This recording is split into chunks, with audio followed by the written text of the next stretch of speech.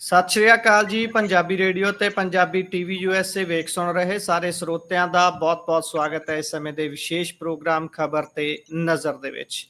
ਖਬਰ ਤੇ ਨਜ਼ਰ ਪ੍ਰੋਗਰਾਮ ਦੇ ਵਿੱਚ ਜਿੱਥੇ ਦੇਸ਼ ਵਿਦੇਸ਼ ਦੇ ਨਾਲ ਜੁੜੀਆਂ ਹੋਈਆਂ ਅਹਿਮ ਖਬਰਾਂ ਦੇ ਉੱਪਰ ਚਾਨਣਾ ਪਾਈਦਾ ਤੇ ਉਹਨਾਂ ਖਬਰਾਂ ਦਾ ਵਿਸ਼ਲੇਸ਼ਣ ਕਰਨ ਦੇ ਲਈ ਸਾਥ ਹੁੰਦਾ ਹੈ ਸੀਨੀਅਰ ਪੱਤਰਕਾਰ ਮਿੰਟੂ ਗੁਰਸਰੀਆ ਜੀ ਦਾ। ਸੋ ਕਰਦੇ ਆ ਉਹਨਾਂ ਦਾ ਪ੍ਰੋਗਰਾਮ ਦੇ ਵਿੱਚ ਨਿੱਘਾ ਸਵਾਗਤ। ਬਹੁਤ-ਬਹੁਤ ਸਵਾਗਤ ਹੈ ਜੀ। ਸ਼ੁਕਰੀਆ ਸਾਰਿਆਂ ਨੂੰ। ਸਤਿ ਸ੍ਰੀ ਅਕਾਲ ਜੀ। ਸਤਿ ਸ਼੍ਰੀ ਅਕਾਲ ਜੀ। ਸੋ ਅੱਜ ਦੇ ਪ੍ਰੋਗਰਾਮ ਦੇ ਸਪਾਂਸਰਸ ਨੇ ਖਾਲਸਾ ਇੰਸ਼ੋਰੈਂਸ। ਲੰਬੇ ਸਮੇਂ ਤੋਂ ਇੰਸ਼ੋਰੈਂਸ ਦੇ ਖੇਤਰ 'ਚ ਸੇਵਾਵਾਂ ਨਿਭਾ ਰਹੇ ਨੇ। ਸੰਪਰਕ ਨੰਬਰ ਹੈ 408-272-2500। ਟਿਰਕਿਆਣਾ ਇਮੀਗ੍ਰੇਸ਼ਨ ਲਾ ਫਰਮ। ਜੇ ਟਿਰਕਿਆਣਾ ਹੋਣਾ ਨਾਲ ਸੰਪਰਕ ਕਰ ਸਕਦੇ ਹੋ ਜੇਕਰ ਇਮੀਗ੍ਰੇਸ਼ਨ ਬਾਬਤ ਕਿਸੇ ਤਰ੍ਹਾਂ ਦੀ ਸਲਾਹ ਕਰਨੀ ਹੈ। Krishan Dhanota Yuba City. Baljinder Singh Nijjar Woodland. GN lube ਵਾਲੇ ਟਰੱਕ ਵਾਸ਼ ਕਰਦੇ ਨੇ, ਆਇਲ ਚੇਂਜ ਕਰਦੇ ਨੇ, 에ਅਰ ਬ੍ਰੇਕਸ ਦਾ ਕੰਮ ਤਸੱਲੀ ਬਖਸ਼ ਕਰਦੇ ਨੇ। ਤੁਸੀਂ ਇਹਨਾਂ ਦੇ ਕੋਲੋਂ ਨਵੇਂ ਪੁਰਾਣੇ ਟਾਇਰ ਵੀ ਖਰੀਦ ਸਕਦੇ ਹੋ। ਲੋਕੇਸ਼ਨ ਸੈਂਟਾਨੇਲਾ ਦੇ ਵਿੱਚ ਹੈ। ਨਿੰਮਾ ਸੋਥਾ ਉਹਨਾਂ ਦਾ ਨੰਬਰ ਹੈ 209-277-0113। Jaswinder Singh Nagra Roseville. Avtar Singh Sangha Yuba City. Baldev Singh Kang Yuba City. ਬਹੁਤ-ਬਹੁਤ ਧੰਨਵਾਦ ਹੈ ਇਹਨਾਂ ਸਾਰੇ ਸਪਾਂਸਰਸ ਦਾ। ਹੁਣ ਰੁਕ ਕਰਦੇ ਹਾਂ ਜੀ ਖਬਰਾਂ ਦਾ। ਮਿੰਟੂ ਜੀ ਪਾਇਓ ਚਾਨਣਾ ਸਭ ਤੋਂ ਪਹਿਲਾਂ ਬੀਬੀ ਕੰਗਣਾ ਰਣੌਤ ਦੇ ਮੁੱਦੇ ਦੇ ਉੱਪਰ। ਇਹ ਕੰਗਣਾ ਰਣੌਤ ਹੋਣੀ ਜਦੋਂ ਪੰਜਾਬ ਦੇ ਜਾਂ ਪੰਜਾਬ ਦੀ ਧਰਤੀ ਤੋਂ ਕਿਸਾਨ ਅੰਦੋਲਨ ਉੱਠਦਾ ਹੈ ਤੇ ਦਿੱਲੀ ਦੀਆਂ ਬਰੂਹਾਂ ਤੇ ਜਾ ਕੇ ਬੈਠਦਾ ਹੈ, ਉਸ ਸਮੇਂ ਇਸ ਬੀਬੀ ਨੇ ਚੰਗਾ ਨਾਮਣਾ ਖੱਟਿਆ ਇਸ ਅੰਦੋਲਨ ਦੇ ਵਿੱਚ ਆਪਣੇ ਤਰੀਕੇ ਦੀ ਗੱਲਬਾਤ ਪੇਸ਼ ਕਰਕੇ। ਉਹ ਗੱਲਬਾਤ ਹੁਣ ਤੱਕ ਭੁਗਤਣੀ ਪੈ ਰਹੀ ਹੈ ਤੇ ਅੱਜ ਇਸੇ ਉਦੋਂ ਦੀ ਕੀਤੀ ਹੋਈ ਗੱਲਬਾਤ ਨੇ ਬਠਿੰਡੇ ਗੇੜੀ ਮਰਾਤੀ ਤੇ ਬਠਿੰਡੇ ਜਦੋਂ ਬੀਬੀ ਨੇ ਗੇੜੀ ਮਾਰੀ ਹੈ ਤਾਂ ਕੀ ਕੁਝ ਸਾਹਮਣਾ ਕਰਨਾ ਪਿਆ ਜੀ? ਜੀ ਪਹਿਲਾਂ ਤਾਂ ਤੁਹਾਡਾ ਸਵਾਗਤ ਹੈ। ਮੈਂ ਕਰਦਾ ਅੱਜ ਤੁਹਾਡਾ ਸਵਾਗਤ। ਸ਼ੁਕਰੀਆ ਜੀ। ਦੇਖੋ ਤੇ ਫਿਰ ਕੰਗਣਾ ਦਾ ਸਵਾਗਤ ਬਾਅਦ ਦੇ ਵਿੱਚ ਕਰਦੇ ਆ। ਗੱਲ ਇਹ ਆ ਕਿ ਕੰਗਣਾ ਨੇ ਕੋਰਟ ਦੇ ਵਿੱਚ ਮਾਫੀ ਮੰਗ ਲਈ ਹੈ। ਸਭ ਤੋਂ ਵੱਡੀ ਗੱਲ ਆ ਕਿ ਪਹਿਲਾਂ ਤਾਂ ਪੰਗੇ ਫਿਰ ਮਾਫੀ ਮੰਗੀ। ਮਤਲਬ ਇਹ ਆਪਣੇ ਹਿਸਾਬ ਦੇ ਨਾਲ ਚੱਲੇ ਤਾਂ ਠੀਕ ਆ, ਕਿਉਂਕਿ ਵੇਖੋ ਕੰਗਣਾ ਰਣੌਤ ਨੇ ਜੋ ਜ਼ੁਬਾਨੀ ਕਲਾਮੀ ਆਪਣੀ ਬਣੀ ਬਣਾਈ ਖੂਹ ਦੇ ਵਿੱਚ ਪਾਈ, ਕਿਉਂਕਿ ਮੈਂ ਹਮੇਸ਼ਾ ਕਹਿੰਦਾ ਕਿ ਇਹ ਬੀਬੀ ਐਕਟਰੈਸ ਸ਼ੁਰੂ ਦੇ ਵਿੱਚ ਬਹੁਤ ਅੱਛੀ ਸੀ, ਬਹੁਤ ਅੱਛੀਆਂ ਇਹਦੀਆਂ ਫਿਲਮਾਂ ਸਨ, ਐਕਟਿੰਗ ਬਹੁਤ ਵਧੀਆ ਕੀਤੀ ਆ, ਕੁਝ ਫਿਲਮਾਂ ਇਹਨੇ ਕਮਾਲ ਦੀਆਂ ਕੀਤੀਆਂ।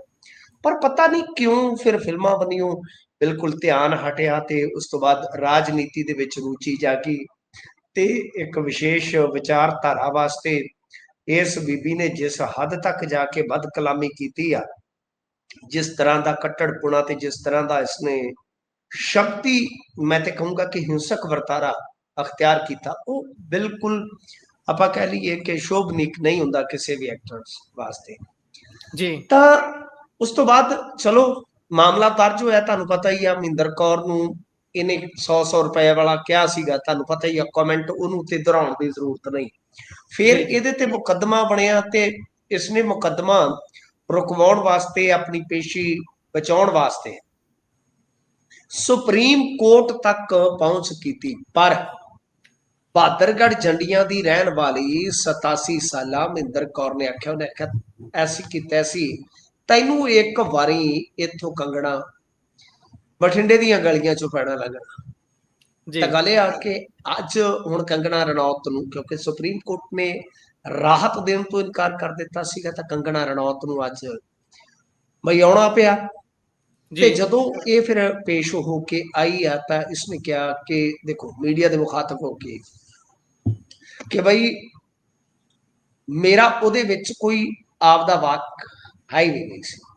ਉਹ ਇੱਕ ਰੀਟਵੀਟ ਸੀ ਜਿਹਨੂੰ ਮੀਮ ਦੇ ਤੌਰ ਤੇ ਇਸਤੇਮਾਲ ਕੀਤਾ ਗਿਆ ਸੀ ਤੇ ਮੈਂ ਮਹਿੰਦਰ ਕੌਰ ਜੀ ਦੇ ਪਤੀ ਨਾਲ ਵੀ ਇਹਦੇ ਬਾਰੇ ਡਿਸਕਸ ਕੀਤਾ ਸੀਗਾ। ਚਲੋ ਹੁਣ ਉਹ ਗੱਲ ਪੁਰਾਣੀ ਆ। ਉਸ ਮੀਮ ਤੋਂ ਵੀ ਬਹੁਤ ਸਾਰੀਆਂ ਮਤਲਬ ਕਿ ਔਰਤਾਂ, ਜਿਵੇਂ ਖਾਸ ਤੌਰ ਤੇ ਸੀ, ਇੱਕ ਵਿਵਾਦ ਬਣਿਆ ਕਿ ਕੋਈ ਵਿਸ਼ੇਸ਼ ਵਿਅਕਤੀ ਨੂੰ ਲੈ ਕੇ ਟਿੱਪਣੀ ਨਹੀਂ ਸੀ ਕੀਤੀ। ਤੇ ਜਿੱਥੇ ਦੇਸ਼ ਦੇ ਵਿੱਚ ਇੰਨੇ ਅੰਦੋਲਨ ਹੋ ਰਹੇ ਸੀਗੇ, ਉਹਨੂੰ ਲੈ ਕੇ ਇੱਕ ਜਨਰਲਾਈਜ਼ ਮੀਮ ਤੇ ਕਿਸੇ ਨੇ ਟਵੀਟ ਕੀਤਾ ਸੀਗਾ ਤੇ ਉਹਨੂੰ ਲੈ ਕੇ ਗੱਲ ਹੋਈ, ਜੋ ਮਿਸਅੰਡਰਸਟੈਂਡਿੰਗ ਹੋਈ ਆ, ਉਹਨੂੰ ਲੈ ਕੇ ਮੈਨੂੰ ਖੇਦ ਆ, ਅਫਸੋਸ ਆ ਤੇ ਮਾਤਾ ਜੀ ਨੂੰ ਜੋ ਠੇਸ ਪਹੁੰਚੀ ਉਹਦਾ ਦੁੱਖ ਆ। ਪਰ ਮਹਿੰਦਰ ਕੌਰ ਦੇ ਪਤੀ ਅੱਜ ਕਹਿ ਰਹੇ ਸੀਗੇ ਕਿ ਦੇਖੋ, ਅਸੀਂ ਸਾਰਿਆਂ ਤੋਂ ਰਾਏ ਲਵਾਂਗੇ, कंगना ने कहा कि मैं शिकायत करता तो माफी मंगना चाहती ते मेरी जी ऐसी कोई मंशा नहीं सी।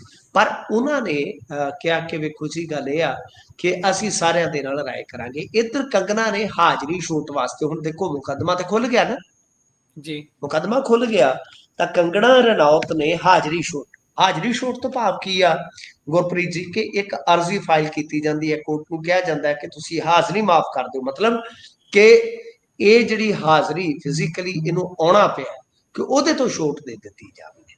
ਤਾਂ ਬਹਰਹਾਲ ਹੁਣ ਦੇਖਦੇ ਆ ਕਿ ਬਈ ਛੋਟ ਮਿਲਦੀ ਹੈ ਕਿ ਨਹੀਂ, ਪਰ ਹੁਣ ਕੰਗਣਾ ਮੁੱਕਰ ਰਹੀ ਆ। ਜੇ ਤਾਂ ਤੁਸੀਂ ਦੇਖੋਗੇ ਤਾਂ ਇਸਨੇ ਰੀਟਵੀਟ ਚ ਕੀ ਕੀਤਾ ਸੀਗਾ, ਲਿਖਿਆ ਸੀਗਾ, ਮੈਂ ਤੁਹਾਨੂੰ ਥੋੜਾ ਜਿਹਾ ਧਿਆਨ ਦਵਾ ਦਿਆਂ ਕਿ ha, she is the same Dadi who featured in the Time magazine for being the most powerful Indian, and she's available in 100 rupees. Ji Pakistani journalists have hijacked international PR for India in an embarrassing way. We need our own people to speak for us internationally. ਤਾਂ ਕੰਗਣਾ ਰਣੌਤ ਨੇ ਅੱਜ ਜਿੱਦਾਂ ਕਿਹਾ ਕਿ ਉਹ ਇੱਕ just meme ਸੀਗਾ, retweet ਸੀ, ਐਸਾ ਨਹੀਂ ਸੀ। ਉਸਨੇ ਨਾਲ ਆਪਣੇ ਕੁਝ ਸ਼ਬਦ ਵੀ ਦਰਜ ਕੀਤੇ ਸੀਗੇ ਤੇ ਇਹਨਾਂ ਦਾ जी ਹੀ ਰੌਲਾ ਪਿਆ। ਤੇ ਇਹ ਰੌਲਾ ਇਹਨਾਂ ਪਿਆ ਕਿ ਸੁਪਰੀਮ ਕੋਰਟ ਨੇ ਵੀ ਇਸ ਦਲੀਲ ਨੂੰ ਖਾਰਜ ਕੀਤਾ ਹੋਇਆ, ਜਿਹੜੀ ਦਲੀਲ ਇਸਨੇ ਅੱਜ ਰੱਖੀ ਹੈ। ਹਾਂ, ਮੈਂ ਮਾਫੀ ਨੂੰ ਬਹੁਤ ਉੱਤਮ ਮੰਨਦਾ ਤੇ ਮਾਫੀ ਪ੍ਰਵਾਨ ਜਿਹਨੇ ਕਰਨੀ ਹੁੰਦੀ ਆ ਆਪਾਂ ਉਹਦੇ ਤੇ ਛੱਡ ਦਈਏ, ਉਹ ਪ੍ਰਵਾਨ ਕਰਦੇ ਆ ਕਿ, ਪਰ ਮਾਫੀ ਉੱਤਮ ਉਦੋਂ ਹੁੰਦੀ ਆ ਜਦੋਂ ਗੁਰਪ੍ਰੀਤ ਜੀ ਉਹ ਪਵਿੱਤਰਤਾ ਦੇ ਨਾਲ ਮੰਗੀ, ਛਲ ਦੇ जी ਨਾਲ ਨਹੀਂ, ਕਪਟ ਦੇ ਨਾਲ ਨਹੀਂ, ਇਹ ਨਹੀਂ ਜਾਨ ਛੁਡਾਉਣ ਵਾਸਤੇ ਨਹੀਂ। ਜੇ ਤੁਸੀਂ ਦਿਲੋਂ ਮਹਿਸੂਸ ਕਰਦੇ, ਪਹਿਲਾਂ ਤਾਂ ਗਲਤੀ ਨੂੰ ਮੰਨੋ ਨਾ। ਕਿਉਂ ਤੁਸੀਂ ਹਾਲੇ ਵੀ ਕਹਿ ਰਹੇ ਹੋ ਕਿ ਜਸਟ ਮੀਮ ਸੀ, ਏਦਾਂ ਉਦਾਂ, ਯਾਨੀ ਗੱਲ ਦੀ ਜਲੇਬੀ ਬਣਾਓ। ਪਰ ਮੈਂ ਤੁਹਾਨੂੰ ਅੰਗਰੇਜ਼ੀ ਜਿਵੇਂ ਮੈਨੂੰ ਟੁੱਟੀ ਫੁੱਟੀ ਆਉਂਦੀ ਹੈ, ਮੈਂ ਤੁਹਾਨੂੰ ਪੜ੍ਹ ਕੇ ਸੁਣਾਇਆ ਕਿ जी ਇਸਨੇ ਰੀਟਵੀਟ ਦੇ ਦੌਰਾਨ, ਅਰਜ਼ ਕਰੋ ਤੁਸੀਂ ਮੇਰਾ ਇੱਕ ਪੋਸਟ ਚੱਕ ਕੇ जी ਸ਼ੇਅਰ ਕਰਕੇ ਕੈਪਸ਼ਨ ਦੇ ਵਿੱਚ ਮੈਨੂੰ ਗਾਲਾਂ ਲਿਖ ਕੇ ਕਹਿ ਦੋ ਮੈਂ ਤਾਂ ਇਹਦਾ ਪੋਸਟ ਸ਼ੇਅਰ ਕੀਤਾ ਸੀ, ਨਹੀਂ जी ਗੁਰਪ੍ਰੀਤ, ਐਸਾ ਨਹੀਂ ਹੁੰਦਾ। ਤਾਂ ਫਿਲਹਾਲ ਦੇਖਦੇ ਕੀ ਬਣਦਾ। ਪਰ ਇੱਕ ਵਾਰੀ ਜਿਵੇਂ ਕਹਿੰਦੇ ਹੁੰਦੇ ਨਾ, ਜਿੱਦ ਵਿਆਹੁਣੀ ਆਪਣੀ ਤੇ ਭਾਵੇਂ ਲੱਖ ਪੁਆੜੇ ਪੈਣ, ਤਾਂ ਬੀਬਾ ਮਹਿੰਦਰ ਕੌਰ, ਬੇਬੇ ਮਹਿੰਦਰ ਕੌਰ ਕਹਿ ਲਓ, ਕਿ ਉਹਨਾਂ ਨੇ ਕੰਗਣਾ ਰਣੌਤ ਨੂੰ ਥਰਮਲ ਦਾ, ਝੀਲਾਂ ਦਾ, ਰਿਫਾਈਨਰੀ ਵਾਲਾ ਸ਼ਹਿਰ ਬਠਿੰਡਾ ਕਿਲੇ ਵਾਲਾ ਵਹਾਤਾ। ਜੀ ਜੀ, ਇਹ ਤਾਂ ਹੈ, ਜ਼ਿੱਦ ਪੂਰੀ ਪੁਗਾਈ ਹੈ। ਤੇ ਅੱਗੇ ਜੇਕਰ ਚੱਲੀਏ ਤਾਂ ਉਧਰ ਤਰਨਤਾਰਨ ਦੀ ਗੱਲ ਕਰਦੇ ਆ। ਇਲੈਕਸ਼ਨਸ ਹੈ, ਪਰ ਇਲੈਕਸ਼ਨ ਦੇ ਵਿੱਚੋਂ ਮੁੱਦੇ ਗੈਪ ਤੇ ਦੂਸਰੇ ਪਾਸੇ ਸ਼ਿਕਾਇਤਾਂ ਤੇ ਪਰਚਿਆਂ ਦਾ ਦੌਰ ਸਿਖਰ ਤੇ ਹੈ। ਪਾਇਓ ਚਾਨਣਾ। ਬਿਲਕੁਲ ਇਹ ਗੱਲ ਤੁਹਾਡੀ ਬਹੁਤ ਸਿਆਣੀ ਆ, ਵਾਜਬ ਗੱਲ ਆ ਕਿ ਸਰਕਾਰ ਚੌਥੇ ਸਾਲ ਚ ਦਾਖਲ ਹੋ ਜਾਏਗੀ। ਜੇ ਆਪਾਂ ਦੇਖੀਏ, ਨਹੀਂ ਚੌਥਾ ਸਾਲ ਤੇ ਚੱਲ ਹੀ ਰਿਹਾ ਮੇਰੇ ਖਿਆਲ ਦੇ ਨਾਲ, ਤਾਂ ਗਾਂ ਜੀ ਪੰਜਵੇਂ ਜੀ ਸਾਲ ਚ ਐਂਟਰ ਹੋ ਜਾਏ। ਤਾਂ ਬਿਲਕੁਲ ਮੁੱਦਿਆਂ ਤੇ ਇਹ ਇਲੈਕਸ਼ਨ ਕੇਂਦਰਿਤ ਹੋਣਾ ਚਾਹੀਦਾ ਸੀ। ਵੈਸੇ ਤੁਹਾਨੂੰ ਯਾਦ ਹੈ ਗੁਰਪ੍ਰੀਤ ਜੀ ਕਿ ਲਾਸਟ ਇਲੈਕਸ਼ਨ ਜਿਹੜਾ ਇਸ ਤਰ੍ਹਾਂ ਦਾ ਕੋਈ ਮੁੱਦਿਆਂ ਤੇ ਕੇਂਦਰਿਤ ਰਹਿ ਕੇ ਲੜਿਆ ਗਿਆ ਹੋਵੇ? ਮੈਨੂੰ ਨਹੀਂ ਲੱਗਦਾ, ਮੈਨੂੰ ਤੇ ਹਾਲ ਦੇ ਸਮੇਂ ਦੇ ਵਿੱਚ ਕੋਈ ਯਾਦ ਨਹੀਂ। ਬਸ ਆਹੀ ਗੱਲਾਂ, ਆਹੀ ਕਹਾਣੀਆਂ। ਵੇਖੋ, ਪਰਚਿਆਂ ਦਾ ਸਿਲਸਿਲਾ ਜਿਹੜਾ ਉਹ ਚੱਲ ਪਿਆ। ਆਪਾਂ ਅਕਸਰ ਬਈ ਜਦੋਂ ਤੁਸੀਂ ਛੁੱਟੀ ਤੇ ਨਹੀਂ ਸੋ ਗਏ ਤੇ ਉਦੋਂ ਵੀ ਗੱਲ ਕਰਦੇ ਹੁੰਦੇ ਸਾਂ ਕਿ ਜਿਹੜੀ ਇਹ ਤਰਨਤਾਰਨ ਦੀ ਜ਼ਿਮਨੀ ਚੋਣ ਹੋਵੇਗੀ, ਇਹ ਕਈ ਪੱਖ ਤੋਂ ਵੱਖ ਹੋਏਗੀ। ਕਿਉਂਕਿ ਮਝੈਲਾਂ ਦਾ ਇਲਾਕਾ, ਦਿਹਾਤੀ ਵੋਟ, ਪੰਥਕ ਵੋਟ, ਉਹ ਸਾਰੀਆਂ ਚੀਜ਼ਾਂ ਇਹਦੇ 'ਚ ਹੈ ਜੋ ਇਸ ਇਲੈਕਸ਼ਨ ਨੂੰ ਭਿੰਨ ਬਣਾਉਣ ਦੀ ਕਾਬਲੀਅਤ ਰੱਖਦੀਆਂ। ਹੁਣ ਵੇਖੋ, ਪਹਿਲਾ ਪਰਚਾ ਹੋਇਆ ਅਮਰਤਪਾਲ ਸਿੰਘ ਦੇ ਸਮਰਥਕ ਚਮਕੌਰ ਸਿੰਘ ਤੇ ਤਲਵੰਡੀ ਤੇ। ਹਾਲਾਂਕਿ ਪਹਿਲਾਂ ਇਹ ਸਮਝਿਆ ਗਿਆ ਕਿ ਸਰਕਾਰ ਦੀ ਇਹ ਕਾਰਸਤਾਨੀ ਹੈਗੀ ਆ, ਪਰ ਬਾਅਦ ਦੇ ਵਿੱਚ ਪਰਚਾ ਕਰਾਉਣ ਵਾਲੇ ਖੁਦ ਪੱਤਰਕਾਰ ਵੀ ਸਾਹਮਣੇ ਆਏ, ਜਿਨ੍ਹਾਂ ਦੇ ਵਿੱਚ ਇੱਕ ਗੁਰਸਿੱਖ ਸੀਗਾ। ਉਹਨਾਂ ਨੇ ਕਿਹਾ ਕਿ ਪਹਿਲਾਂ ਇਹਨਾਂ ਨੇ ਵਿਕਾਊ ਕਿਹਾ ਤੇ ਫਿਰ ਸਾਨੂੰ ਬਾਅਦ ਦੇ ਵਿੱਚ ਧਮਕੀਆਂ ਆਈਆਂ ਨੇ, ਸੋ ਲਿਹਾਜ਼ਾ ਅਸੀਂ ਆਪਣੇ ਪੱਧਰ ਤੇ ਇਹ ਮਾਮਲਾ ਦਰਜ ਕਰਵਾਇਆ, ਨਾ ਕਿ ਸਰਕਾਰ ਨੇ। ਇਹ ਆਪਣੇ ਆਪ ਦੇ ਵਿੱਚ ਪਹਿਲਾ ਮਾਮਲਾ ਹੋ ਨਿਬੜਿਆ। ਉਧਰ ਜੇ ਤੁਸੀਂ ਵੇਖੋਗੇ ਤਾਂ ਜੋ ਬੀਬੀ ਰੰਧਾਵਾ ਹੈ, ਅਕਾਲੀ ਦਲ ਬਾਦਲ ਦੀ ਕੈਂਡੀਡੇਟ, ਉਹ ਤੇ ਉਹਦੀ ਲੜਕੀ ਸਮੇਤ ਕੁਝ ਤੇ ਪਰਚਾ ਪਾ ਦਿੱਤਾ ਗਿਆ ਜੀ। ਉਹ ਮਾਮਲਾ ਵੀ ਸੋਸ਼ਲ ਮੀਡੀਆ ਨਾਲ ਜੁੜਿਆ। ਵੈਸੇ ਤੇ ਅਮਰਤਪਾਲ ਬਾਟ ਦਾ ਜ਼ਿਕਰ ਆਉਂਦਾ ਹੈ, ਪਰ ਅਮਰਤਪਾਲ ਬਾਟ ਦੇ ਜ਼ਿਕਰ ਦੇ ਨਾਲ ਨਾਲ ਤਸਵੀਰਾਂ ਵੀ ਬਹੁਤ ਲੋਕ ਵਾਇਰਲ ਕਰਦੇ ਆ ਕਿ ਜਿਸ ਅਮਰਤਪਾਲ ਬਾਟ ਨੂੰ ਹੁਣ ਅੱਜ ਕੱਲ੍ਹ ਗੈਂਗਸਟਰ ਦੱਸ ਰਹੇ ਆ ਕਿ ਧਮਕੀਆਂ ਦੇ ਰਿਹਾ ਹੈ, ਚੋਣ ਨੂੰ ਪ੍ਰਭਾਵਿਤ ਕਰ ਸਕਦਾ ਹੈ, ਉਹ ਤੇ ਹਰਮੀਤ ਸੰਧੂ ਦੇ ਨਾਲ ਰਿਹਾ ਜੀ ਕਿਸੇ ਟਾਈਮ ਜੀ ਤਾਂ ਪਰਚਾ ਉੱਥੇ ਵੀ ਹੋ ਗਿਆ। ਤੀਜੀ ਗੱਲ ਇਹ ਹੋਈ ਕਿ ਅਕਾਲੀ ਦਲ ਬਾਦਲ ਦੇ ਜਿਹੜੇ ਤੁਹਾਨੂੰ ਪਤਾ ਹੀ ਆ ਬੁਲਾਰੇ ਵੀ ਆ ਤੇ ਸਟਾਰ ਪ੍ਰਚਾਰਕਾਂ ਦੀ ਸੂਚੀ 'ਚ ਵੀ ਆ ਅਰਸ਼ਦੀਪ ਕਲੇਰ, ਐਡਵੋਕੇਟ ਅਰਸ਼ਦੀਪ ਕਲੇਰ, ਜੀ ਉਹਨਾਂ ਦੇ ਖਿਲਾਫ ਸ਼ਿਕਾਇਤ ਹੋ ਗਈ ਕਿ ਬਈ ਇਹ ਵੋਟਰਾਂ ਨੂੰ ਭੜਕਾਉਣ ਦਾ ਕੰਮ ਕਰਦੇ ਆ, ਤਾਂ ਤਰਨਤਾਰਨ ਦੀ ਹਦੂਦ ਦੇ ਵਿੱਚ ਹੀ ਇਹਨਾਂ ਨੂੰ ਵੜਨ ਤੋਂ ਰੋਕ ਦਿੱਤਾ ਜਾਵੇ। ਲਓ ਕਰ ਲਓ ਗੱਲ। ਉਹ ਕਹਿੰਦਾ ਵੀ ਜੀ ਮੈਂ ਅੱਜ ਤੱਕ ਗਿਆ ਹੀ ਨਹੀਂ ਤਰਨਤਾਰਨ ਦੇ ਵਿੱਚ ਤੇ ਮੈਂ ਕੀ ਭੜਕਾਉਣਾ, ਮੈਂ ਤੇ ਜਾਣਾ ਸੀ। ਉਧਰੋਂ ਅਕਾਲੀ ਦਲ ਬਾਦਲ ਵਾਲੇ ਚਲੇ ਗਏ ਮੁੱਖ ਚੋਣ ਅਫਸਰ ਕੋਲ ਕਿ ਭਾਈ ਬੀਬੀ ਜੋ ਰਵਜੋਤ ਕੌਰ ਗਰੇਵਾਲ ਆ ਐਸਐਸਪੀ ਸਾਹਿਬ ਕਿ ਇਹਨੂੰ ਬਦਲੋ, ਨਾਲ 2 ਡਿਪਟੀ ਯਾਨੀ ਜਿਹੜੇ ਕਪਤਾਨ ਉਪ ਕਪਤਾਨ ਕਿ ਇਹਨਾਂ ਨੂੰ ਬਦਲ ਦਿਓ। ਕਾਰਨ ਸਾਫ਼ ਕਿ ਅਸਲ ਦੇ ਵਿੱਚ ਇਹ ਆਮ ਆਦਮੀ ਪਾਰਟੀ ਦਾ ਝੰਡਾ ਚੁੱਕ ਕੇ ਹੀ ਕੰਮ ਕਰ ਰਹੇ ਆ। ਤਾਂ ਕੁੱਲ ਮਿਲਾ ਕੇ ਤੁਸੀਂ ਕਹਿ ਸਕਦੇ ਹੋ ਕਿ ਵੇਖੋ 4 ਸਫੇਰਿਓਂ ਸ਼ਿਕਾਇਤਾਂ ਚੋਖੀਆਂ ਆ ਰਹੀਆਂ ਨੇ, ਪਰਚੇ ਦਰਜ ਹੋ ਰਹੇ ਆ। ਤਾਂ ਇਹ ਉਦੋਂ ਆ ਗੁਰਪ੍ਰੀਤ ਜੀ ਜਦੋਂ ਹਾਲੇ ਇਲੈਕਸ਼ਨ 'ਚ 2 ਹਫ਼ਤੇ ਤੋਂ ਵੱਧ ਦਾ ਸਮਾਂ ਪਿਆ। ਇਹਦਾ ਮਤਲਬ ਇਹ ਆ ਕਿ ਬਹੁਤ ਕੁਝ ਹੋਣਾ ਬਾਕੀ ਆ। ਇਹ ਤੇ 20 ਦਿਨ ਪਹਿਲਾਂ ਹੀ ਕੰਮ ਚੱਲ ਪਿਆ। ਹਾਲੇ ਤੇ ਮੰਡੀਆਂ ਦੇ ਵਿੱਚ ਮਜ਼ਦੂਰ ਬੈਠਾ, ਮੰਡੀਆਂ ਦੇ ਵਿੱਚ ਕਿਸਾਨ ਬੈਠਾ, ਹਾਲੇ ਤੇ ਝੋਨਾ ਵਿਕਣੋਂ ਬਾਕੀ ਆ। ਜਦੋਂ ਇਲੈਕਸ਼ਨ ਖੁੱਲੇਗਾ ਉਦੋਂ ਤੁਸੀਂ ਇਹਦੀ ਤਸਵੀਰ ਦੇਖਣਾ ਕੀ ਹੋਏਗੀ। ਜੀ ਫਿਲਹਾਲ ਸਰਵੇ ਵਗੈਰਾ ਤੇ ਚੱਲ ਰਹੇ ਆ, ਪਰ ਕੁੱਲ ਮਿਲਾ ਕੇ ਕਹਿ ਸਕਦੇ ਕਿ ਪਰਚੋ ਪਰਚੀ ਕੰਮ ਹੋਇਆ ਪਿਆ। ਮੈਂ ਤਾਂ ਅੱਗੇ ਕਹਿਣ ਡਿਆ ਸੀਗਾ ਕਿ ਪਰਚੋ ਪਰਚੀ ਤੇ ਠੀਕ ਆ, ਕਿਤੇ ਵਰਸ਼ੋਂ ਵਰਸ਼ੀ ਨਾ ਹੋ ਜਾਵੇ, ਕੰਮ ਬੜਾ ਗਰਮ ਹੋਣ ਦੀ ਸੰਭਾਵਨਾ ਹੈ। ਤਾਂ ਖੈਰ ਇਹ ਸਾਰਾ ਕੁਝ ਹੈ। ਇਸ ਵੇਲੇ ਦੇ ਤਾਜ਼ਾ ਹਾਲਾਤ ਗੁਰਪ੍ਰੀਤ ਜੀ ਇਹ ਨੇ ਕਿ ਇਲੈਕਸ਼ਨ ਫਸ ਚੁੱਕਾ ਹੈ। ਇਹ ਮੇਰੀ ਅੰਦਰੂਨੀ ਜਾਣਕਾਰੀ ਆ ਕਿ ਆਮ ਆਦਮੀ ਪਾਰਟੀ ਵਾਸਤੇ ਇਲੈਕਸ਼ਨ ਫਸ ਗਿਆ। ਪਹਿਲਾਂ ਥੋੜਾ ਜਿਹਾ ਮਤਲਬ ਕਿ ਹੱਥ ਉੱਤੇ ਸੀਗਾ, ਪਰ ਹੁਣ ਆਮ ਆਦਮੀ ਪਾਰਟੀ ਵਾਸਤੇ ਇਲੈਕਸ਼ਨ ਫਸਦਾ ਨਜ਼ਰ ਆ ਰਿਹਾ ਗੁਰਪ੍ਰੀਤ ਜੀ। ਜੀ ਇੱਧਰ ਇਲੈਕਸ਼ਨ ਫਸ ਗਿਆ ਹੈ, ਪੰਜਾਬ ਦੇ ਇੱਕ ਸਿਰੇ ਤੇ ਕੰਮ ਪਰਚੋ ਪਰਚੀ ਹੋਇਆ ਪਿਆ, ਦੂਸਰੇ ਪਾਸੇ ਸਿਰੇ ਚਲੀਏ ਤਾਂ ਉੱਥੇ ਸਿੰਗਰ ਆਪਸ ਚ ਭਿੜੀ ਜਾਂਦੇ ਨੇ ਜੀ। ਹੁਣ ਮੋਹਾਲੀ ਚ ਕੀ ਰੌਲਾ ਪੈ ਗਿਆ ਸਿੰਗਰਾਂ ਦਾ ਆਪਸ ਚ? ਇਹ ਸਿੰਗਰਾਂ ਵਾਸਤੇ ਵੀ ਮੇਰੇ ਖਿਆਲ ਦੇ ਨਾਲ ਅੱਡ ਤੋਂ ਇੱਕ ਥਾਣਾ ਬਣਾਉਣਾ ਪੈਣਾ, ਜਿੱਦਾਂ NRI ਥਾਣੇ ਨਹੀਂ ਹੁੰਦੇ ਪੰਜਾਬ ਦੇ ਵਿੱਚ ਕਿ ਇੱਕ ਸਿੰਗਰ ਥਾਣਾ ਸਾਨੂੰ ਬਣਾਉਣਾ ਪੈਣਾ। ਜਿਸ ਤਰੀਕੇ ਦੇ ਨਾਲ ਇਹ ਕੰਮ ਚੱਲਦਾ ਪਿਆ ਹੈਗਾ, ਇਹ ਉਹੀ ਤੁਹਾਨੂੰ ਪਤਾ ਇੱਕ ਵਾਰੀ ਬੜਾ ਸਿਆਪਾ ਪੈ ਗਿਆ ਸੀ। ਮੋਟਾ ਜਿਹਾ ਮੁੰਡਾ ਕਲਾਕਾਰ ਹੈ ਜਿਹੜਾ ਉਧਰ ਦਾ ਬਾਹਰ ਦਾ, ਉਹਨਾਂ ਨੇ ਟਾਈਮ ਪਾ ਲਿਆ ਸੀ, ਸ਼ਾਇਦ ਉਹਦਾ ਨਾਮ ਸੀ ਐਲੀ ਮਾਂਗਟ ਰਾਮਪੁਰ ਦਾ।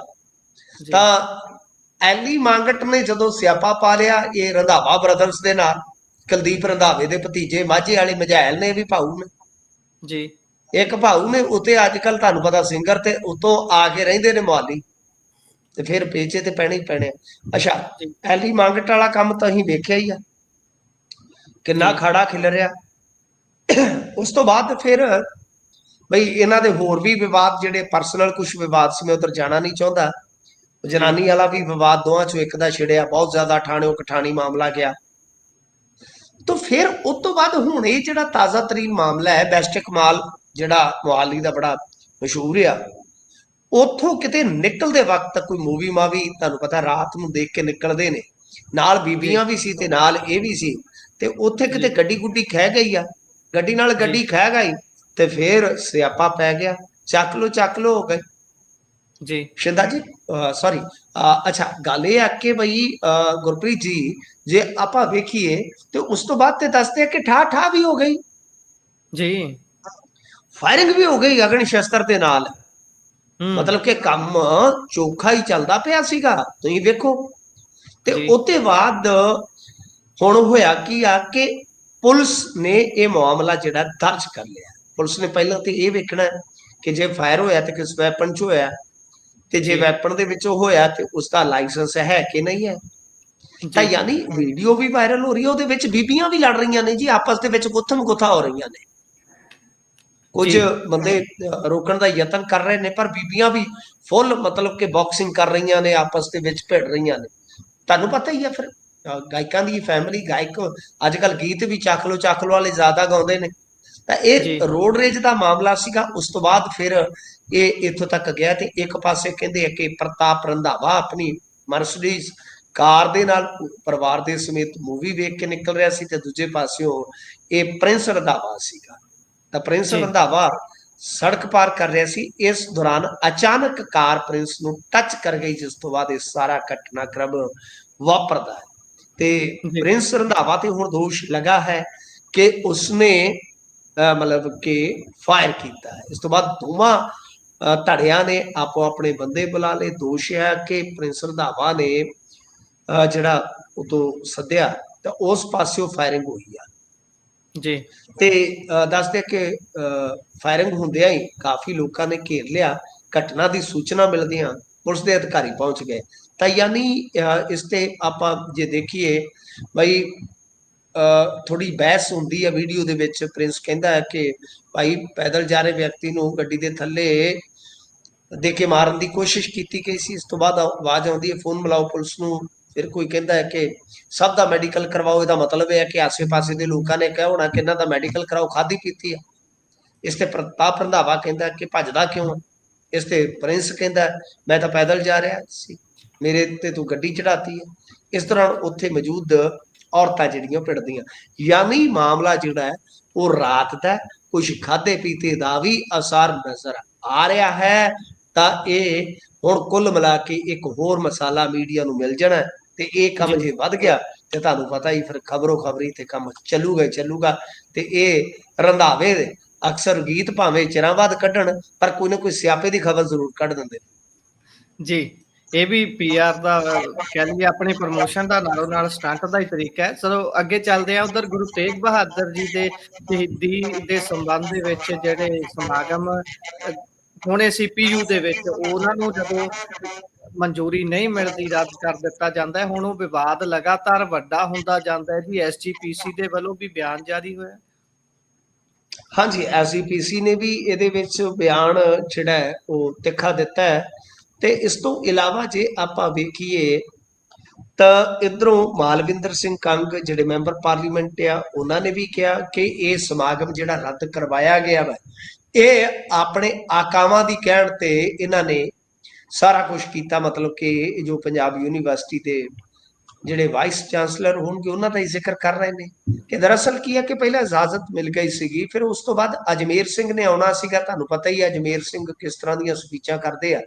ਤਾਂ ਇਹਨਾਂ ਦਾ ਕਹਿਣਾ, ਯੂਨੀਵਰਸਿਟੀ ਪ੍ਰਬੰਧਕੀ ਢਾਂਚੇ ਦਾ ਕਹਿਣਾ ਹੈ ਗੁਰਪ੍ਰੀਤ ਜੀ, ਕਿ ਦੇਖੋ ਜੀ ਇਹ ਜਿਹੜਾ ਬੁਲਾਰਾ ਹੈ ਇਹ ਵਿਵਾਦਤ ਹੈ। ਇਹ ਵਿਵਾਦਤ ਬੁਲਾਰਾ ਹੈ, ਤਾਂ ਪ੍ਰੋਗਰਾਮ ਨੂੰ ਰੋਕਿਆ ਗਿਆ। ਉਧਰੋਂ ਸਾਥ ਵਾਲੇ ਉਹਨਾਂ ਨੇ ਭਾਈ ਖਾਲੜਾ ਦੇ ਭਰਾਤਾਂ ਨੂੰ ਵੀ ਸੱਦਿਆ ਸੀਗਾ, ਤੇ ਉਹਨਾਂ ਨੇ ਕਿਹਾ ਕਿ ਅਸੀਂ ਤੇ ਪ੍ਰੋਗਰਾਮ ਕਰਵਾਵਾਂਗੇ। ਕਾਫੀ ਵਿਵਾਦ ਹੋਇਆ ਜੀ, ਕਾਫੀ ਵਿਵਾਦ ਹੋਇਆ। ਪ੍ਰਸ਼ਾਸਨ ਨੇ ਹਾਲ ਵਾਸਤੇ ਇਜਾਜ਼ਤ ਨਹੀਂ ਦਿੱਤੀ, ਤੇ ਮੇਰੇ ਖਿਆਲ ਦੇ ਨਾਲ ਇਹ ਕਸ਼ਮਕਸ਼ ਜਿਹੜੀ ਆ ਦੁਪਹਿਰ ਤੱਕ ਚੱਲਦੀ ਰਹੀ, ਇਦਾਂ ਹੀ ਚੱਲਦੀ ਰਹੀ ਹੈ। ਤਾਂ ਗੱਲ ਇਹ ਹੈ ਕਿ ਜਿਸ ਤੋਂ ਬਾਅਦ ਸਟੂਡੈਂਟ ਆਰਗੇਨਾਈਜੇਸ਼ਨ ਸੱਤ ਦੇ ਬੰਨਿਓ ਸਟੂਡੈਂਟ ਕੈਂਪਸ ਦੇ ਕੋਲ ਖਾਲੀ ਗਰਾਊਂਡ ਦੇ ਵਿੱਚ ਟੈਂਟ ਲਾ ਕੇ ਸੈਮੀਨਾਰ ਜਿਹੜਾ ਉਹ ਕਰਵਾਇਆ ਗਿਆ। ਤੇ ਇਸ ਦੇ ਦੌਰਾਨ ਦੱਸਦੇ ਆ ਕਿ ਜ਼ਮੀਨ ਤੇ ਹੀ ਦਰੀਆਂ ਵਿਛਾ ਦਿੱਤੀਆਂ ਗਈਆਂ, ਤੇ ਕਾਫੀ ਸਟੂਡੈਂਟ ਇੱਥੇ ਬੈਠ ਕੇ ਜਿਹੜੇ ਆਏ ਸਨ ਬੁਲਾਰੇ ਉਹਨਾਂ ਨੂੰ ਸੁਣਦੇ ਰਹੇ ਆ। ਤੇ ਗੱਲ ਇਹ ਆ ਕਿ ਇਹ ਮਾਮਲਾ ਜਿਹੜਾ ਹੈ ਨਾ ਉਹ ਫਿਰ ਇਦਾਂ ਹੀ ਵਧਿਆ ਹੈ। ਹੁਣ ਜੇ ਆਪਾਂ ਵੇਖੀਏ ਤਾਂ ਸਮਾਗਮ ਤੇ ਜਿਹੜੇ ਆ ਉਹ ਗੁਰੂ ਤੇਗ ਬਹਾਦਰ ਸਾਹਿਬ ਦੇ ਸ਼ੁਰੂ ਹੋ ਚੁੱਕੇ ਆ ਲਗਭਗ ਸ਼ਹੀਦੀ ਦਿਹਾੜੇ ਦੇ। ਤੇ ਆਪਾਂ ਸਰਕਾਰ ਨੂੰ ਦੇਖਦੇ ਪਏ ਕਿ ਸਰਕਾਰ ਵੀ ਬੜੇ ਵੱਡੇ ਪੱਧਰ ਤੇ ਇਹ ਸਮਾਗਮ ਮਨਾਉਣ ਜਾ ਰਹੀ ਹੈ। ਉਧਰ ਐਸਜੀਪੀਸੀ ਆਪਣੇ ਪ੍ਰੋਗਰਾਮ ਅੱਡ ਤੋਂ ਲੀਕੀ ਬੈਠੀ ਆ। ਸ਼ਾਇਦ ਅੱਜ ਮਾਨ ਸਾਹਿਬ ਵੀ ਦਿੱਲੀ ਦੇ ਵਿੱਚ ਗਏ ਨੇ, ਉਹ ਚੇਚੇ ਉਹ ਵੀ ਸੱਦੇ ਦੇ ਰਹੇ ਆ। ਤਾਂ ਦੂਜੇ ਪਾਸੇ ਯੂਨੀਵਰਸਿਟੀ ਦੇ ਵਿੱਚ ਜਿਹੜਾ ਪ੍ਰੋਗਰਾਮ, ਤੇ ਮੇਰਾ ਤੇ ਮੰਨਣਾ ਹੈ ਗੁਰੂ ਤੇਗ ਬਹਾਦਰ ਸਾਹਿਬ ਤੇ ਇਸ ਤਰ੍ਹਾਂ ਦੇ ਸਮਾਗਮ ਹੋਣੇ ਜਿਹੜੇ ਆ ਉਹ ਕੋਈ ਮਾੜੀ ਗੱਲ ਨਹੀਂ ਹੈ, ਮਾੜੀ ਗੱਲ ਨਹੀਂ ਹੈ। ਪਰ ਜੇ ਇਹਨਾਂ ਤੇ ਕੇਂਦਰਿਤ ਰਿਹਾ ਜਾਵੇ ਤੇ ਮੇਰੇ ਖਿਆਲ ਦੇ ਨਾਲ ਠੀਕ ਆ। ਚਲੋ ਅਜਮੇਰ ਸਿੰਘ ਠੀਕ ਆ, ਕੋਈ ਸਹਿਮਤ ਹੁੰਦਾ ਕਿਸੇ ਪ੍ਰਵਕਤਾ ਦੇ ਨਾਲ, ਕੋਈ ਅਸਹਿਮਤ ਹੁੰਦਾ ਵਿਚਾਰਾਂ ਦੇ ਨਾਲ, ਜੋ ਵੀ ਹੈ। ਪਰ ਜੇਕਰ ਅਜਮੇਰ ਸਿੰਘ ਵਰਗਾ ਜਾਂ ਕੋਈ ਹੋਰ ਵੀ ਬੁਲਾਰਾ ਆ ਕੇ ਗੁਰੂ ਤੇਗ ਬਹਾਦਰ ਸਾਹਿਬ ਤੇ ਬੋਲਦਾ ਹੈ ਤਾਂ ਫਿਰ ਕੀ ਇਤਰਾਜ਼ ਹੈ? ਬੋਲਣਾ ਚਾਹੀਦਾ ਜੀ। ਮਨੁੱਖੀ ਅਧਿਕਾਰਾਂ ਲਈ ਕੋਈ ਬੋਲਦਾ ਤੇ ਬੋਲਣਾ ਚਾਹੀਦਾ ਜੀ। ਤੇ ਮਨੁੱਖੀ ਅਧਿਕਾਰਾਂ ਦੇ ਸੰਦਰਭ ਵਿੱਚ ਜੇ ਕੁਝ ਘਟਨਾਵਾਂ ਦਾ ਵਿਵਰਣ, ਬਿਊਰਾ, ਤਫਸੀਲ ਦਿੱਤੀ ਜਾਂਦੀ ਹੈ ਤੇ ਕੀ ਆਖਰ ਆ ਜਾਊਗੀ? ਜੇ ਯੂਨੀਵਰਸਿਟੀਆਂ 'ਚ ਸੰਵਾਦ ਨਹੀਂ ਹੋਣਗੇ ਗੁਰਪ੍ਰੀਤ ਜੀ, ਯੂਨੀਵਰਸਿਟੀਆਂ ਦੇ ਵਿੱਚ ਇਸ ਤਰ੍ਹਾਂ ਦੇ ਸਮਾਗਮ ਨਹੀਂ ਹੋਣਗੇ ਤਾਂ ਫਿਰ ਕਿੱਥੇ ਕਰਾਉਣਗੇ ਜਾ ਕੇ? ਹੈਰਾਨਗੀ ਦੀ ਗੱਲ ਹੈ। ਜੇ ਕੋਈ ਬੰਦਾ ਕੋਈ ਦੇਸ਼ ਵਿਰੋਧੀ ਜਾਂ ਕਾਨੂੰਨ ਵਿਰੋਧੀ ਗੱਲ ਕਰਦਾ, ਉਹਦੇ ਵਾਸਤੇ ਜ਼ਿੰਮੇਵਾਰ ਹੈ। ਅੱਜ ਕੱਲ੍ਹ ਸਾਰਾ ਕੁਝ ਔਨ ਰਿਕਾਰਡ ਰਹਿੰਦਾ। ਪਰ ਮੇਰੇ ਖਿਆਲ ਦੇ ਨਾਲ ਇਸ ਯੂਨੀਵਰਸਿਟੀ ਤੇ ਜੋ ਸੰਗੀ ਲਾਣਾ ਹੈ, ਉਹਦਾ ਜ਼ਿਆਦਾ ਹੁਣ ਦਬਦਬਾ ਜਿਹੜਾ ਹੈ ਨਾ ਹੌਲੀ ਹੌਲੀ ਬਣਦਾ ਜਾ ਰਿਹਾ। ਆਪਾਂ ਜੇ ਪਿਛਲੇ ਕੁਝ ਸਾਲਾਂ ਤੋਂ ਦੇਖੀਏ।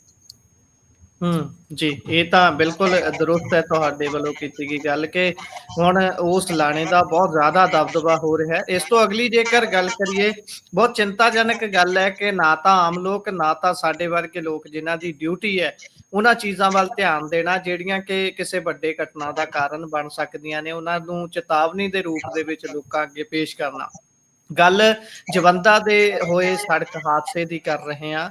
ਇਸ ਦੇ ਵਿੱਚ ਹੁਣ ਤਾਂ ਜਾਗ ਸਾਰਿਆਂ ਦੀ ਖੁੱਲ ਗਈ, ਹਰ ਕੋਈ ਗੱਲ ਕਰ ਰਿਹਾ ਹੈ ਅਵਾਰਾ ਪਸ਼ੂਆਂ ਦੇ ਬਾਰੇ, ਅਲੱਗ-ਅਲੱਗ ਤਰੀਕੇ ਦੀਆਂ ਗੱਲਾਂ ਹੋ ਰਹੀਆਂ ਨੇ।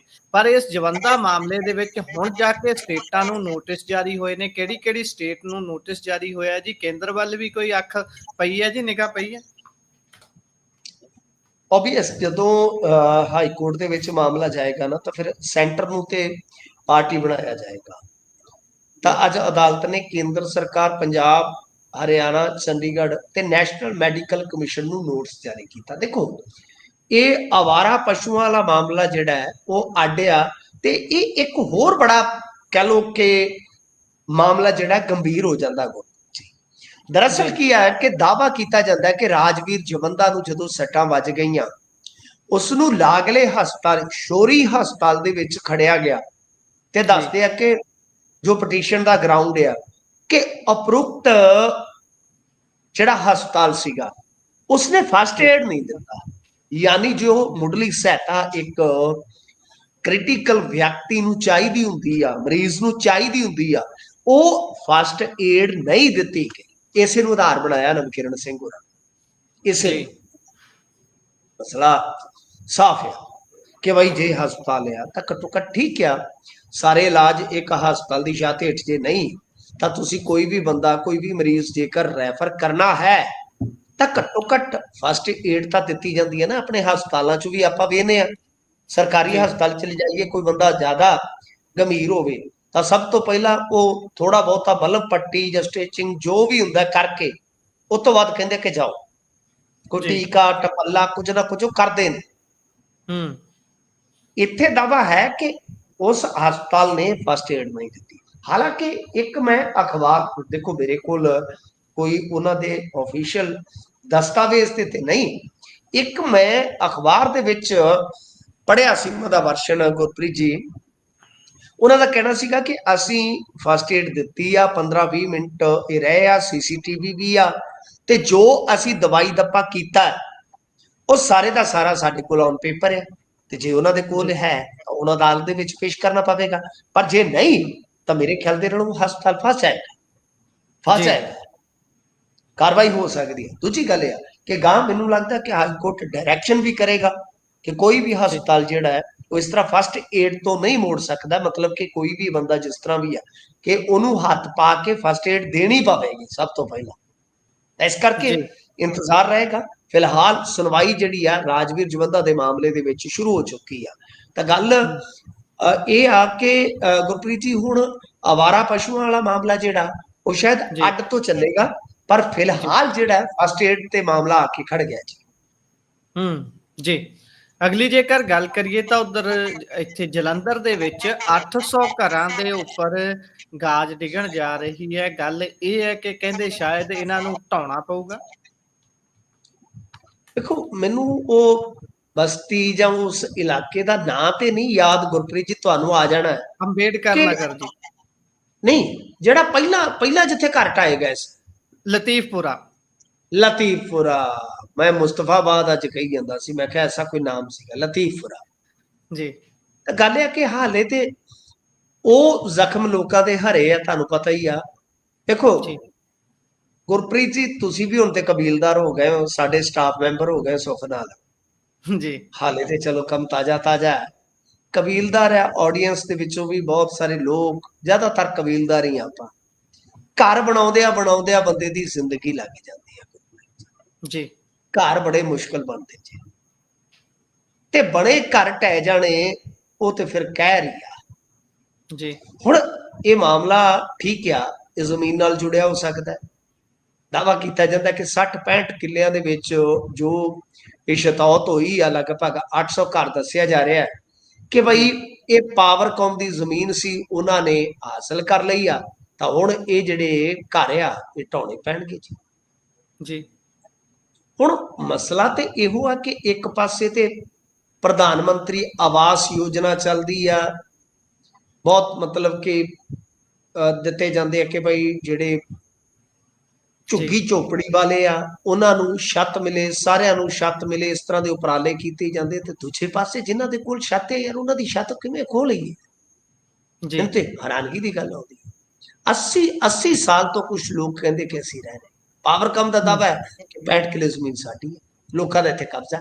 ਦੇਖੋ ਇਹ ਦਿੱਲੀ ਸਰਕਾਰ ਨੇ, ਯਾਨੀ ਜਿਹੜਾ ਦਿੱਲੀ ਦਰਬਾਰ ਹੈ, ਇਹਨੇ ਪਹਿਲਾਂ ਹੀ ਇਹਨਾਂ ਜਿਹੜੀਆਂ ਜ਼ਮੀਨਾਂ ਇਹੋ ਜਿਹੀਆਂ ਉਹਨਾਂ ਦੀ ਨਿਸ਼ਾਨਦੇਹੀ ਦਾ ਹੁਕਮ ਦੇ ਦਿੱਤਾ ਸੀਗਾ ਜੀ ਕਿ ਇਹੋ ਜਿਹੀਆਂ ਜ਼ਮੀਨਾਂ ਵੇਖੋ ਜਿਹੜੀਆਂ ਕੀਮਤੀ ਤੇ ਕਬਜ਼ੇ। ਤਾਂ ਹੁਣ ਮਤਲਬ ਕਿ ਇੱਥੇ ਜਿਹੜੇ ਬਿਜਲੀ ਵਾਲਾ ਮਾਮਲਾ ਸੀਗਾ, ਉਦੋਂ ਤੇ ਬਿਜਲੀ ਬੋਰਡ ਸੀਗਾ ਨਾ, ਉਹਦੇ ਨਾਲ ਕੇਸ ਉਹ ਕਹਿੰਦੇ ਕਿ ਸਾਡਾ ਚੱਲ ਰਿਹਾ ਸੀਗਾ। ਅੰਬੇਦਕਰ ਨਗਰ ਦੇ ਕੋਈ ਵਸਨੀਕ ਦੱਸ ਰਹੇ ਆ, ਤੇ ਉਹ 2 ਵਾਰ ਕਹਿੰਦੇ ਕਿ ਕੇਸ ਅਸੀਂ ਜਿੱਤ ਵੀ ਚੁੱਕੇ ਆ ਜੀ। ਚੌਥੀ ਪੀੜ੍ਹੀ ਸਾਡੀ ਰਹਿ ਰਹੀ ਆ, 800 ਘਰ ਆ ਇੱਥੇ ਬਈ, ਇੱਟ ਜੋੜ ਕੇ ਤਿਨਕਾ ਜੋੜ ਕੇ ਘਰ ਬਣਾਇਆ, ਤੇ ਅਸੀਂ ਹੁਣ ਕਿੱਥੇ ਚਲੇ ਜਾਈਏ? ਸਵਾਲ ਉਹ ਕਰਦੇ ਨੇ। ਮੰਦਿਰ ਹੈ, ਗੁਰਦੁਆਰਾ, ਉੱਥੇ ਚਰਚ ਆ, ਸਭ ਕੁਝ ਕਹਿੰਦੇ ਨੇ ਕਿ ਭਾਵੇਂ ਭਾਈ ਤੁਸੀਂ ਮਾਰ ਦਿਓ, ਅਸੀਂ ਆਪਣੇ ਘਰ ਨਹੀਂ ਦੇ ਸਕਦੇ। ਤੇ ਗੱਲ ਵੀ ਇਹ ਗੁਰਪ੍ਰੀਤ ਜੀ ਬੜੀ ਦੁਖਦਾਇਕ ਆ ਕਿ ਤੁਸੀਂ ਇੱਕ ਪਾਸੇ ਤੇ ਮਤਲਬ ਲੋਕਾਂ ਨੂੰ ਵਸਾਉਣ ਦਾ ਕੰਮ ਕਰੋ ਤੇ ਦੂਜੇ ਪਾਸੇ ਉਜਾੜਾ ਕਿੱਧਰ ਜਾਣਗੇ? ਹਾਂ ਠੀਕ ਹੈ, ਮੈਂ ਤੇ ਇਹ ਵੀ ਕਹਿਣਾ ਹੁੰਦਾ ਕਿ ਜੇਕਰ ਮੰਨ ਲਓ ਗੱਲ ਕਬਜ਼ੇ ਵਾਲੀ ਵੀ ਆ ਜੀ ਤਾਂ ਇੰਨੇ ਬੰਦਿਆਂ ਨੂੰ ਤੇ ਇਸ ਤਰੀਕੇ ਦੇ ਨਾਲ ਵਸਾਇਆ ਜਾ ਸਕਦਾ ਕਿ ਤੁਸੀਂ ਸੈਟਲਮੈਂਟ ਕਰੋ ਗਵਰਨਮੈਂਟ ਦੇ ਨਾਲ। ਗਵਰਨਮੈਂਟ ਸਸਤੀਆਂ ਦਰਾਂ ਤੇ ਉਹਨਾਂ ਨੂੰ ਉਹ ਕਬਜ਼ੇ ਦੇ ਦੇਵੇ। ਜੇ ਹੁਣ ਤੁਸੀਂ ਦੇਖੋ ਵਾਸ਼ਿੰਗਟਨ ਪੋਸਟ ਨੇ ਕੀ ਖੁਲਾਸਾ ਕੀਤਾ ਸੀਗਾ ਕਿ ਅਡਾਨੀ ਜਦੋਂ ਫਸ ਗਿਆ, ਖਲਾਰਾ ਪੈ ਗਿਆ ਹਿੰਡਨਬਰਗ ਦੀ ਰਿਪੋਰਟ ਤੋਂ ਬਾਅਦ, ਤੇ ਹੱਥ ਕਹਿੰਦੇ ਤੰਗ ਜਿਹਾ, ਤੇ 34,000 ਕਰੋੜ ਰੁਪਈਆ LIC ਦੇ ਦੇਵੇ। ਇੱਕ ਪਾਸੇ ਤੇ ਇਹਨਾਂ ਨੂੰ ਕੀ, ਹੁਣ ਅਡਾਨੀ ਜਿਹੜਾ ਉਹ ਦੇਸ਼ ਆ ਕਿ ਇੱਕ ਪਾਸੇ ਤੇ ਅਡਾਨੀ ਬਾਰੇ ਇਹ ਸਾਰਾ ਕੁਝ ਸੁਣਨ ਨੂੰ ਮਿਲਦਾ ਪਿਆ, ਤੇ ਦੂਜੇ ਪਾਸੇ ਸੈਂਕੜੇ ਲੋਕ, ਹਜ਼ਾਰਾਂ ਲੋਕ ਤੁਸੀਂ ਇੱਕੋ ਝਟਕੇ ਦੇ ਵਿੱਚ ਜੇ ਛੱਤਾਂ ਦੇ ਹੇਠੋਂ ਕੱਢ ਕੇ ਸੜਕ ਤੇ ਕਰ ਦਿਓ, ਕਿਤੇ ਯਾਰ ਇਹ ਬੜਾ ਜ਼ੁਲਮ ਆ। ਮੇਰੇ ਖਿਆਲ ਦੇ ਨਾਲ ਮਾਨ ਸਰਕਾਰ ਨੂੰ ਵੇਖਣਾ ਚਾਹੀਦਾ ਹੈ ਕਿ ਤੁਸੀਂ ਕਿਹੜੇ ਪਾਸੇ ਤੁਰ ਪਏ ਜੇ। ਤੇ ਤੁਸੀਂ ਵੇਖੋ ਜਿਹੜੀਆਂ ਲੀਗਲਾਈਜ਼ਡ ਕਲੋਨੀਆਂ ਹੁੰਦੀਆਂ ਨੇ, ਉਹ ਵੇਖੋ ਮਾਫੀਆ ਕਿੱਦਾਂ ਕੰਮ ਕਰਦਾ, ਇਲੀਗਲ ਢੰਗ ਦੇ ਨਾਲ ਕਲੋਨੀਆਂ ਉਸਾਰ ਕੇ ਇਹਨਾਂ ਅਰਬਾਂ ਰੁਪਈਆ ਕਮਾ ਕੇ ਮੁੜ ਕੇ ਸਰਕਾਰ ਦੇ ਨਾਲ ਹਿੱਸਾਪੱਤੀ ਕਰਕੇ ਉਹਨੂੰ ਲੀਗਲਾਈਜ਼ਡ ਕਰਾ ਲਿਆ ਜਾਂਦਾ। ਉਹ ਤੇ ਲੀਗਲਾਈਜ਼ਡ ਹੋ ਜਾਂਦੀਆਂ ਨੇ ਕਲੋਨੀਆਂ ਬੜੀਆਂ ਬੜੀਆਂ, ਸਾਰਾ ਕੁਝ ਹੋ ਜਾਂਦਾ। ਤੇ ਇਹ ਜਿਹੜੇ ਬੰਦੇ ਚੌਥੀ ਪੰਜਵੀਂ ਪੀੜ੍ਹੀ ਤੋਂ ਕਿਸੇ ਥਾਂ ਤੇ ਰਹਿ ਰਹੇ ਨੇ, ਉਹਨਾਂ ਲਈ ਬਈ ਕੋਈ ਹੱਕ ਨਹੀਂ, ਕੋਈ ਹਕੂਕ ਨਹੀਂ। ਕਮਾਲ ਹੋ ਗਈ ਜੀ। ਸੋ ਜੇਕਰ ਅਗਲੀ ਖਬਰ ਦੇ ਵੱਲ ਚੱਲੀਏ ਤਾਂ ਉਧਰ ਅਮਰੀਕਾ ਤੋਂ ਇੱਕ ਵਾਰ ਫਿਰ ਤੋਂ ਡਿਪੋਰਟ ਹੋਏ ਭਾਰਤੀ ਦੇਸ਼ ਪੁੱਜੇ ਨੇ। ਹਾਂਜੀ ਦੇਖੋ, ਇਹ 50 ਬੰਦੇ ਸ਼ਾਇਦ ਇਹਨਾਂ ਨੇ ਘਲਾਏ ਸਨ ਗੁਰਪ੍ਰੀਤ, ਤੇ 50 ਬੰਦੇ ਜਿਹੜੇ ਆ ਉਹਨਾਂ ਨੂੰ ਭੇਜਿਆ ਵੈਸੇ ਹੀ ਢੰਗ ਨਾਲ ਗਿਆ ਜਿਵੇਂ ਅੱਗੇ ਆਪਾਂ ਵੇਖਿਆ ਸੀਗਾ ਕਿ ਬਈ ਬੇੜੀਆਂ ਬੂੜੀਆਂ ਲੱਗੀਆਂ ਨੇ। ਤੇ ਦੂਜੇ ਪਾਸੇ ਇਹਨਾਂ ਨੇ ਆਪਦੀ ਵਿਥਿਆ ਵੀ ਇਸੇ ਤਰ੍ਹਾਂ ਹੀ ਸੁਣਾਈ ਆ ਵੀ ਸਾਨੂੰ ਬੜੇ ਸਵਾਲ ਵਿੰਗੇ ਟੇਢੇ ਕਿ ਅਮਰੀਕਾ ਕਿਉਂ ਆਏ, ਕਿਤੇ ਹੋਰ ਕਿਉਂ ਨਹੀਂ ਗਏ, ਵਗੈਰਾ ਵਗੈਰਾ। ਯਾਨੀ ਤੁਹਾਨੂੰ ਪਤਾ ਹੀ ਆ ਜਿੱਦਾਂ ਉੱਥੇ ਫਿਰ ਰੱਖਦੇ ਨੇ ਵਿਰਾਸਤੀ ਕੇਂਦਰਾਂ ਦੇ ਵਿੱਚ। ਤਾਂ ਬਹਰਹਾਲ ਇਹ ਜ਼ਿਆਦਾ ਹਰਿਆਣਵੀ ਆ, ਇਹਨਾਂ ਨੂੰ ਕੱਢਿਆ ਗਿਆ। ਤੇ ਦੂਜੇ ਪਾਸੇ ਜੇ ਤੁਸੀਂ ਦੇਖੋਗੇ 2 ਜਿਹੜੇ ਆ ਕਾਫੀ ਵਾਂਟਡ ਤਗੜੇ ਸੀਗੇ, ਜਿਹਦੇ ਵਿੱਚ ਲੱਖਾ ਤੇ ਇੱਕ ਹੈਗਾ ਮੇਰੇ ਖਿਆਲ ਦੇ ਨਾਲ ਸੁਧੀਰ ਸ਼ਾਇਦ, ਇਹ 2 ਕਾਫੀ ਜ਼ਿਆਦਾ ਕੇਸਾਂ ਦੇ ਵਿੱਚ ਇਹ ਵਾਂਟਡ ਸੀਗੇ, ਚਾਹੀਦੇ ਸੀਗੇ। ਇਹ ਵੀ ਆ ਗਏ ਨੇ ਇਹਨਾਂ ਦੇ ਵਿੱਚੋਂ। ਇੱਕ ਤੇ ਕੋਸਟਾਰੀਕਾ ਦੇ ਵਿੱਚੋਂ ਉਹ ਗਿਆ ਡਿਪੋਰਟ, ਤੇ ਇੱਕ ਅਮਰੀਕਾ ਦੇ ਵਿੱਚੋਂ। ਤਾਂ ਫਿਲਹਾਲ ਇਹ ਜਿਹੜੇ ਡਿਪੋਰਟ ਹੋ ਕੇ ਆਏ ਨੇ 70 ਲੱਖ, ਕਿਸੇ ਨੇ 60 ਲੱਖ ਰੁਪਈਆ ਜਿਹੜਾ ਦਿੱਤਾ ਸੀਗਾ। ਤਾਂ ਗੱਲ ਇਹ ਆ ਕਿ ਇਹ ਕਹਿੰਦੇ ਆ ਕਿ ਬਈ ਅਸੀਂ ਅਮਰੀਕਾ ਪਹੁੰਚਣ ਵਾਸਤੇ ਹੀ ਸਾਰਾ ਕੁਝ ਕੀਤਾ ਸੀ, ਫਿਲਹਾਲ ਕੋਈ ਸ਼ਿਕਾਇਤ ਵਗੈਰਾ ਤੇ ਨਹੀਂ ਹੈ।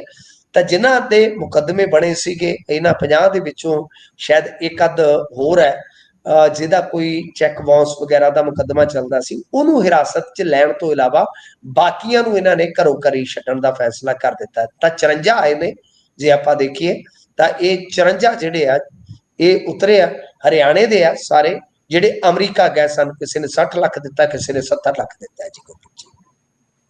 ਜੀ ਇਸੇ ਦੇ ਨਾਲ ਪ੍ਰੋਗਰਾਮ ਦਾ ਸਮਾਂ ਇੱਥੇ ਹੀ ਸਮਾਪਤ ਹੁੰਦਾ। ਤੁਸੀਂ ਜੁੜੇ ਜਾਣਕਾਰੀਆਂ ਸਾਂਝੀਆਂ ਕੀਤੀਆਂ, ਬਹੁਤ ਬਹੁਤ ਧੰਨਵਾਦ। ਧੰਨਵਾਦ।